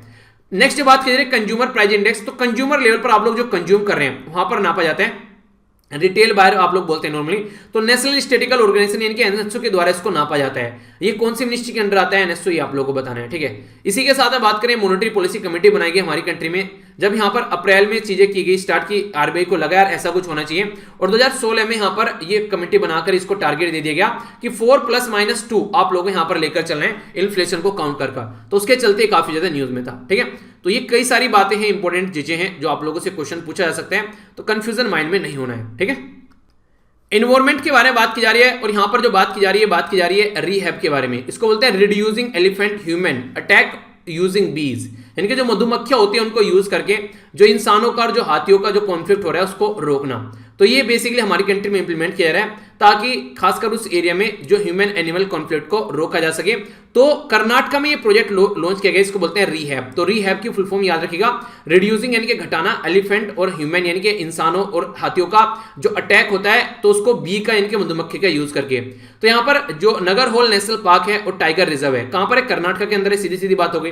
तो ये आप लोगों से क्वेश्चन बन जाते हैं। तो बी जो है यहाँ पर बी फेंसिंग की जाएगी एक तरीके से, यानी कि यहां पर जो बी पालन के आप लोगों ने देखा ना थोड़े थोड़े वो बेसिकली एक बॉक्स टाइप के रख दिए जाते हैं। तो वो यहाँ पर आप लोगों को देखने को मिलेगा। तो इसके चलते यहाँ पर जो एलिफेंट है वो यहाँ पर उसको क्रॉस नहीं करेंगे उस पर्टिकुलर एरिया को, तो एलिफेंट रुक जाएंगे क्योंकि बीज की जो धुन है वो यहाँ पर उसको आगे नहीं बढ़ने देगी। ये कॉस्ट इफेक्टिव बोला गया क्योंकि वेरियस दूसरे मेजर्स लिए जाते हैं, उसमें मान लीजिए आप लोगों को फेंसिंग लगानी है, वैसे आप लोगों को स्टील वगैरह यूज करनी है तो टफ पड़ जाएगा। तो ये आसान काम है, इसको आप लोग इंप्लीमेंट कर सकते हैं। हनी प्रोडक्शन भी बढ़ेगा, आप लोग मधुमक्खी का जो छत्ता यूज करेंगे, इसी के साथ में किसानों की इनकम भी बढ़ेगी। ये कौन इंप्लीमेंट करे? Khadi and village industry commission, जिसको केवीआईसी बोलते हैं, इसके द्वारा इंप्लीमेंट किया है, जो कि बेसिकली यहाँ पर नेशनल हनी मिशन का सब मिशन है, यानी कि उसके अंदर पार्ट हो गया। जैसे मैं बोलूं मैं आप लोगों को पढ़ा रहा हूं, मेरा ये मिशन है आप लोगों को पढ़ाना, आप लोग भी किसी न किसी को पकड़ पकड़ कर पढ़ाना स्टार्ट कर दें तो आप लोगों के मिशन के अंदर ये सब मिशन हो गया, मतलब कि एक एसएलवी फैमिली के अंदर ये सब मिशन हो गया, ऐसा आप लोग बोल सकते हैं। केवीआईसी जो यहाँ पर ये हनी मिशन जो हमारी कंट्री में देखने को मिलता है उसका एक पार्ट आप लोग बोल सकते हैं इसको। उसी के साथ में बी बॉक्स जो है यहाँ पर ये बी कॉलोनीज हो गई एक तरीके से फार्मर की, जिनको यूज किया जाता है। 2017 में हमारी कंट्री में एक प्रोजेक्ट लॉन्च किया गया, इसको स्वीट रिवॉल्यूशन बोलते हैं। स्वीट रिवॉल्यूशन लॉन्च किया गया था हालांकि 2016 में, उसी की लाइन पर यहाँ पर ये आगे चीजें चली, ठीक है। तो मिशन मतलब लॉन्च किया गया था अगस्त 2017 में in the line of sweet revolution, यानी कि ये जो प्रोजेक्ट था यहाँ पर ये स्वीट रिवॉल्यूशन की लाइन पर लॉन्च किया गया। तो यहाँ पर स्वीट रिवॉल्यूशन 2016 में लॉन्च किया गया था, जो कि इसी से एसोसिएटेड है। जो यहाँ पर बात की जा रही है, यहाँ पर ये बेसिकली नारगिल जो नेशनल पार्क है, जिसको राजीव गांधी नेशनल पार्क के नाम से भी आप लोग जानते हैं, तो यहाँ पर ये देखने को मिलेगा। स्टेब्लिश किया गया था यहाँ पर वाइल्ड लाइफ सेंचुरी 1955 में, अपग्रेड किया गया नेशनल पार्क 1988 में। इसी के साथ में 37th जो टाइगर रिजर्व है अंडर टाइगर प्रोजेक्ट 1999 में। क्वेश्चन बन सकता है हमारी कंट्री में कितने टाइगर रिजर्व है? 51। लेटेस्ट अभी कौन सा ऐड किया गया है तो ये याद रखिएगा यहाँ पर, ठीक है। तो यहाँ पर ये जो ऐड किया गया है ये तमिलनाडु के अंदर ऐड किया गया, जो कि अभी न्यूज में था, मैंने बताया भी था आप लोगों को। एग्जैक्ट लोकेशन आप लोग इसकी देख सकते हैं, ये श्रीविल्लीपुत्र मेघामलाई, ठीक है। तो जिस नेशनल पार्क के बारे में आप लोगों से बात करूं तो यहाँ पर है ये एग्जैक्ट नेशनल पार्क, ठीक है। तो ये आप लोगों को मैंने दिखा भी दिया, लोकेशन जो है आप लोग यहाँ पर इसकी देख सकते हैं, ये बेसिकली तमिलनाडु के अंदर आप लोगों को देखने को मिलेगा। तो लेटेस्ट टाइगर रिजर्व है ये हमारी कंट्री में जो अभी ऐड किया गया, अप्रूवल मिला इसको 2021 के अंदर। तो ये था टोटल आज का लेक्चर। मैं आशा करता हूँ शानदार तरीके से आप लोगों ने इसको एंजॉय किया होगा। कोई भी डाउट कोई भी कंफ्यूजन रहता है तो बताना जरूर, और रिविजन किए बगैर मत जाइएगा, ये आप लोगों से रिक्वेस्ट है, ठीक है। आइए देख लेते हैं क्या क्या हम लोगों ने डिस्कस किया। सबसे पहले तो नया सप्ताह यार जोश में पूरा स्टार्ट किया, तो अच्छे से इसको एंजॉय करना। आगे बात करें तो इंपॉर्टेंट डे के बारे में हम लोगों ने बात की, वोटर जो डे है वो समझा, और ये देख लेना टेलीग्राम से को पढ़ लेना, इसमें बहुत सारे फैक्ट्स और फिगर दे रखे हैं, ठीक है। तो काफी इंपॉर्टेंट चीजें इसके अंदर जो आप लोगों को काफी ज्यादा फायदा पहुंचाएगा। आंसर राइटिंग में डायरेक्ट भी क्वेश्चन आप लोग के बन सकते हैं। 4 हम लोगों ने शॉर्ट न्यूज देखी जो कि काफी इंपॉर्टेंट थी, जिनके बारे में हम लोगों ने समझा, ठीक है। इंडियन बस्टर्ड के बारे में हम लोगों ने जाना और कई सारी चीजें देखी। नेक्स्ट हम लोगों ने यहाँ पर बात की इंटरनेशनल न्यूज के बारे में, तो आईबीएससी के बारे में जाना डिटेल में, क्या है, कैसे बनाया गया, क्या काम करते हैं। None of the above, one of the my favourite topic हम लोगों ने डिस्कस किया अच्छे से। स्टेट न्यूज के अंदर हम लोगों ने मुल्ला पेरियार सुपरवाइजरी, ये सारी चीजों के बारे में जाना। इकोनॉमी के अंदर हम लोगों ने इन्फ्लेशन और ये सारी चीजें समझी, कौन कौन किस तरीके से प्रस्तुत करता है। और सीपीआई और डब्ल्यूपीआई के ऊपर मैंने डिटेल में वीडियो बना रखी है, अगर आप लोग समझना चाहते हैं डिटेल में तो सर्च कर लीजिएगा इसको, आप लोगों को वीडियो मिल जाएगी। लॉ के अंदर हम लोग समझा केरला हाईकोर्ट क्या चाहता है कि जो नेशनल कैडेट कॉर्प्स है उसके अंदर जो ट्रांसजेंडर कम्युनिटी को इंक्लूड किया जाए। इसी के साथ में आर्किटेक्चर में हम लोगों ने यहाँ पर जो सरदार वल्लभ भाई पटेल जी से रिलेटेड स्टैच्यू ऑफ यूनिटी के बारे में कुछ बातें जानी। एनवायरमेंट के बारे में हम लोगों ने रिहैब के बारे में जाना। तो ये था टोटल आज का डिस्कशन। आइए अब बात करते हैं क्वेश्चन के बारे में। सबसे पहले तो आप लोगों को थीम बतानी है क्या है, इसी के साथ में यूनियन कैबिनेट के द्वारा जो अप्रूवल दिया गया यहाँ पर HHEC के बारे में बताना है, कौन सी मिनिस्ट्री के अंडर में आते हैं, कौन सी मिनिस्ट्री के अंदर में आता है, डिपार्टमेंट ऑफ पब्लिक एंटरप्राइज, ये बताना है। ब्रो के द्वारा 12 लच्छा जो पास है यहाँ पर, ये कहां पर ये बेसिकली देखने को मिलता है बताना है। और कौन सी 2 रिवर जो है जो डिवीजन होता है यहाँ पर, ठीक है। National institute of food and technology के बारे में बात की, कहां पर ये लोकेटेड है। Indian institute of food processing technology कहां पर लोकेटेड है। आईबीएस से जो इसकी फुल फॉर्म आप लोगों को बतानी है। इसी के साथ में इसका डिक्लेरेशन कौन सा है बताना है। पीयूसीएल जो है यहाँ पर बेसिकली वो केस कौन सा है, इसकी फुल फॉर्म क्या है 2013 का जिसमें नोट आया। इसी के साथ में मुल्ला पेरियार कौन कौन सी रिवर है उससे रिलेटेड। नेशनल कैडेट कॉर्प्स जो है ये एक्ट कब आया था, ट्रांसजेंडर से रिलेटेड जो अभी न्यूज में है। और सरदार वल्लभ भाई पटेल जी कौन सी बर्थ एनिवर्सरी थी जब यहाँ पर इनकी स्टैच्यू ऑफ यूनिटी जो है वो अनवील की गई, ठीक है। आइए अब कुछ क्वेश्चन आप लोगों के सामने यहाँ पर इनके बारे में बात कर लेते हैं। ये बात की जा रही है किसके बारे में, ये बात की जा रही है यहाँ पर ये नेशनल जो बेसिकली बात की जा रही है यहाँ पर, ये जो सैटरडे को आप लोग का होता है, क्योंकि संडे को मैंने क्विज नहीं पूछा था आप लोगों से, ठीक है। संडे को थोड़ा रिलैक्स रख लेता लेक्चर, क्योंकि कई सारे बच्चे बोलते हैं तो छुट्टी कर लिया करो, तो छुट्टी करना तो अच्छा नहीं लग रहा है, क्योंकि कंटिन्यूटी बनी रहती है एक आप लोग की जो उठने की है खासकर, क्योंकि मैं नहीं चाहता कि वो ब्रेक हो, क्योंकि वो एक ऐसी आदत है यार, उसको ये मत समझो आप लोग की एग्जाम देना है पढ़ना है तो इसलिए उठना है। 4 बजे उठने की आदत बना लो ना, जिंदगी में आधे से ज्यादा सक्सेस हो जाओगे आप लोग। मॉर्निंग में अपनी जिंदगी को स्टार्ट करोगे, शांति के दिमाग में अच्छे अच्छे डिसीजन लेना स्टार्ट कर दोगे, एक ह्यूज इंपैक्ट आप लोगों की लाइफ में पड़ता हो आप आप लोगों को नजर आएगा। मैं ये नहीं कह रहा हूँ जो लेट तक जगते हैं या फिर जो और तरीके से वो सक्सेसफुल नहीं हो पाएंगे, पर लेकिन एक तो वो है कि एक आसान तरीका है, एक टफ तरीका है। तो ये आसान तरीका है जो हेल्दी भी आप लोगों को रखेगा, ऑक्सीजन लेवल काफी हाई रहता है मॉर्निंग में, आप लोगों को माइंड जो होता है रिलैक्स होता है सोने के बाद में, तो अच्छे से चीजें आप लोग कर पाते हैं सारे। ठीक है, बात की जा रही है इंटरनेशनल डे ऑफ हैप्पीनेस के बारे में, तो इसकी थीम जो है वो आप लोगों को बतानी है यहाँ पर क्या थी। इसी के साथ में वर्ल्ड स्पैरो डे की थीम आप लोगों को बतानी है। रिसेंटली यहाँ पर जो सेंगे ये वोल्केनो फटा, कहाँ पर फटा, ठीक है। नेक्स्ट यहाँ पर फिर मैं भूल गया इसको, मिनिस्ट्री ऑफ माइनिंग के बारे में बात की जा रही है। नॉन फेरस जिसमें मेटल यूज नहीं किया था उसकी रिसाइकलिंग फ्रेमवर्क के बारे में बात की गई थी। ठीक है, नेक्स्ट बात की जा रही है यूनाइटेड नेशन रिफ्यूजी कन्वेंशन के बारे में आप लोगों को बताना था यहाँ पर, जिसका इंडिया नॉन सिग्नेटरी है, तो कब का है। सेंट्रल वाटर कमीशन के बारे में बात की थी, तो कौन सी रिवर के बारे में बात की जा रही है यहाँ पर, जो कि भादर डैम की बात हम लोगों ने की थी। सेंट्रल वाटर कमीशन जो है ये कौन सी मिनिस्ट्री के अंडर में आते हैं, कौन सी वैली है जहां पर अफगानिस्तान के अंदर, ये न्यूज में थी, हम लोगों ने डिस्कस किया था यहाँ पर बुद्धा स्टेचू के बारे में। इसी के साथ में यहाँ पर बामियान जो स्टेचू है यहाँ पर ये, इसके बारे में आप लोगों से बात की थी। आप लोगों को यहाँ पर ये बताना था कि कौन सी माउंटेन रेंज यहाँ पर देखने को मिलती है। ठीक है, इसी के साथ में बात करें फर्स्ट एवर जहाँ पर यह है मेनिनजाइटिस, ये प्रिवेंशन कंट्रोल जो देखने को मिला, इसके बारे में आप लोगों से बात की थी। तो क्या क्या आंसर है समझ लेते हैं। देखिए इसका अपना स्कोर जरूर लेकर करो आप लोगों को। ठीक है, बात की जा रही है हैप्पीनेस फॉर ऑल टुगेदर, सब मिलकर खुश रह सकते हैं। बात की जा रही है थीम आई लव स्पैरो, इसी के साथ में इक्वाडोर में देखने को मिला यहाँ पर सेंगे वोल्केनो। मिनिस्ट्री ऑफ माइनिंग यहाँ पर हम लोगों ने डिस्कस कर लिया। रिफ्यूजी कन्वेंशन जो है 1951 का है। सेंट्रल वाटर कमीशन के बारे में बात की, याद रखना ये है यहाँ पर भादर रिवर। इसी के साथ में ministry of water and resources के अंदर में आता है central water commission. Bamiyan valley के बारे में हम लोगों ने बात की, यहाँ पर ये अफगानिस्तान के अंदर हिंदकुश रेंज में आप लोगों को देखने को मिल रहा है। और वर्ल्ड हेल्थ असेंबली के द्वारा यहाँ पर मेनिनजाइटिस जो प्रिवेंशन की बात की गई। ये था आज का नन्ना सा मुन्ना सा प्यारा सा डिस्कशन। मैं आशा करता हूँ कि आप लोगों ने इसको एंजॉय किया होगा। अगर रियलिटी में आप लोगों ने एंजॉय किया तो फीडबैक दिए बगैर मत जाना यार। वीडियो को लाइक और डिसलाइक आप लोग कर सकते हैं, पसंद आती है तो लाइक और नहीं पसंद आती है तो डिसलाइक। और डिसलाइक की तो कमेंट बॉक्स में जरूर बताना डिसलाइक क्यों किए। और अगर अच्छा भी लगा लेक्चर, यानी कि झकास लगा कि बकवास, ये भी जरूर बताया करो। पीडीएफ यहां से जाकर डाउनलोड कर लो। अगर अच्छा लगता है तो चीजें दूसरों तक भी जरूर पहुंचाना। ठीक है, तो ये पूरी मेहनत है जो कि कई घंटों की मेहनत होती है, आप लोगों तक पहुंचती है, फिर आप लोग मेहनत करते हैं, फिर सिलेक्शन होता है, तब मजा आता है। ठीक है, तो यहाँ पर भी आप लोग कनेक्ट हो सकते हैं, सारे लिंक वीडियो के नीचे मिल जाएंगे। तो बड़ों को नमस्ते, छोटों को प्यार, छोटी सी लाइफ एंजॉय करार। मिलता हूं नेक्स्ट लेक्चर में, तब तक के लिए जय हिंद।